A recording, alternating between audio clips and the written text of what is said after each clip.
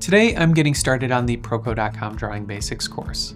Since this is the first episode working on this course, I want to start by taking a look at how this course works. Proko.com has a one-time cost per course, and then you keep access to any courses you've purchased through their website indefinitely. Let's take a closer look. Currently, it's a total of 140 lessons and about 60 hours of video. About 40 hours of those video are instruction, demos, and projects, and then another 20 hours of those videos are critique videos. It looks like we're going to cover materials, lines, shapes, perspective, intuitive perspective, values, and edges. I counted 24 different projects and exercises to do. There are a lot of free lessons to preview if you want to get an idea if you like the teaching style, and more lessons are still being added, and as they're finished, they'll just show up in the course at no additional cost. You can share your drawings to the Proko.com community for feedback, but there's no real guarantee that you're going to receive a response from anyone. There are some volunteers that will often leave helpful comments for students, but also it's just interesting to see the solutions that other students are coming up with to the different projects. Drawing Basics is currently $159, but Proko does have occasional discounts. I was able to pick this course up for $127 with a Black Friday 20% off discount. They do this sale every year, so if there's a certain expensive course that you have your eye on, that's something to keep in mind. I realize that some of these courses may be expensive for individuals based on their specific situation, but I want to try to put the cost of these online courses in perspective a little. For a lot of people, taking a course like this is an alternative to taking a college course. So why don't we take a look at how much a single college course costs and then what we get for that comparatively. In the US, a single college course typically is around 3 credit hours, and the cost varies wildly depending on the type of school you take it at. At a community college, it might be around $800, at a public school, $1,500, and then at private institutions, it can be from $4,000 to $6,000, and sometimes even more than that. School is expensive. So what do we get for that? A 3-credit studio art college class is usually about 6 hours a week of studio time. Over 15 weeks in a semester, that adds up to a total of around 90 hours of class time.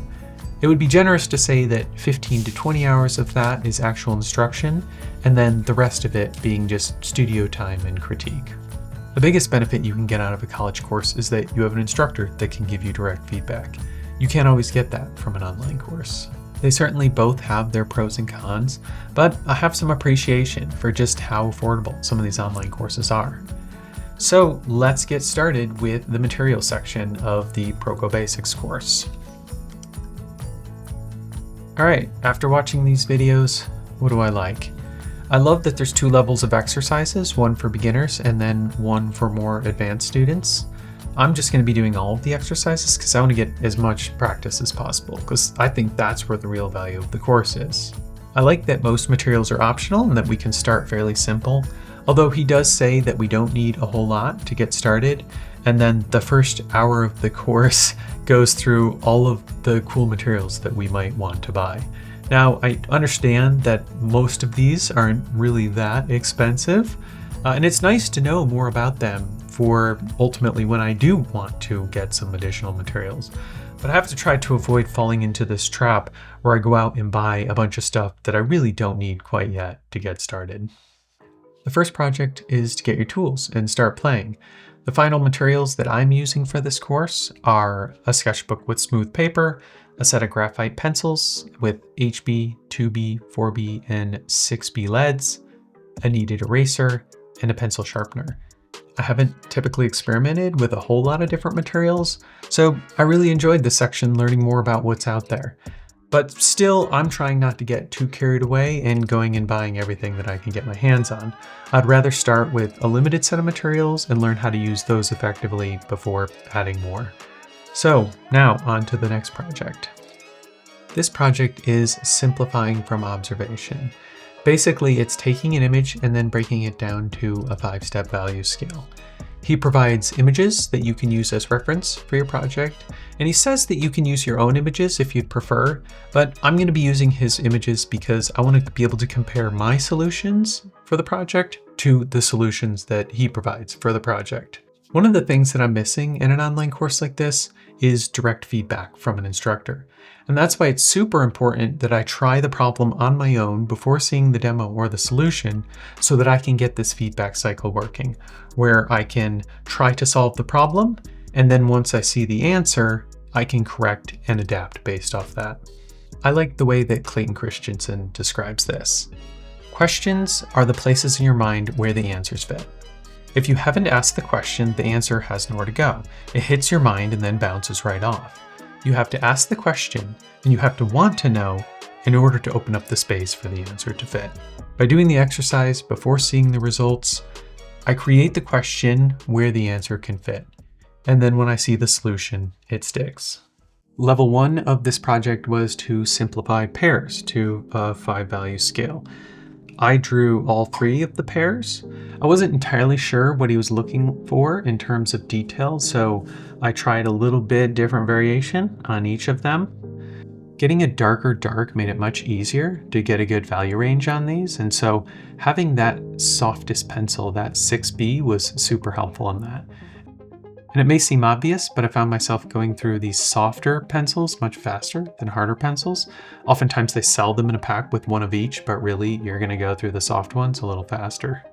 After doing this exercise, I watched the demo for the pairs before moving on to the level 2 portrait exercise. I wanted to be able to practice my solution and then view the solution that he came up with, correct any mistakes, and adapt before moving on to the next one. All right, now on to the portraits. The portrait was quite a jump in complexity from the pair, but it was fun trying something a little more challenging. After completing my portrait, I watched the critiques for these, where Stan goes in and reviews other students' work, and I noticed that artists tend to have certain tendencies. Oftentimes we're given an assignment, and our first inclination is to show how creative we can be with a solution that we come up with, but sometimes to our own detriment. Many of the people were not doing this assignment quite as instructed, but treating it as like a loose suggestion to demonstrate their creativity. But he's trying to teach a very specific skill here, and I feel like by taking this approach, sometimes you're just not getting as much out of the exercise. I'd recommend following his instructions for the specific exercise to get the most out of it, and then following up with a more creative exercise if you feel inclined to do that. I did one extra portrait for this exercise. I found this photo on Pinterest, although it may not be a good one because of just how contrasty it is. While I felt okay about the value scale on my first attempt, I did horribly on the proportions and the foreshortening on the face, and so I did it again. I'm still not very crazy about it, but it's a little bit better. The total time I spent on the getting started section was 5 hours and 13 minutes on video instruction and another 5 hours on drawing for the projects. That brings us to a total of 10 hours and 13 minutes so far in this course. I'll keep a tally each episode of the total time that I'm spending, so you have an idea of how much time you may need to complete it. In the next episode, we're going to be moving on to the lines section of Drawing Basics. Subscribe to the channel to become a Negative Space Cadet and follow along with where we go next.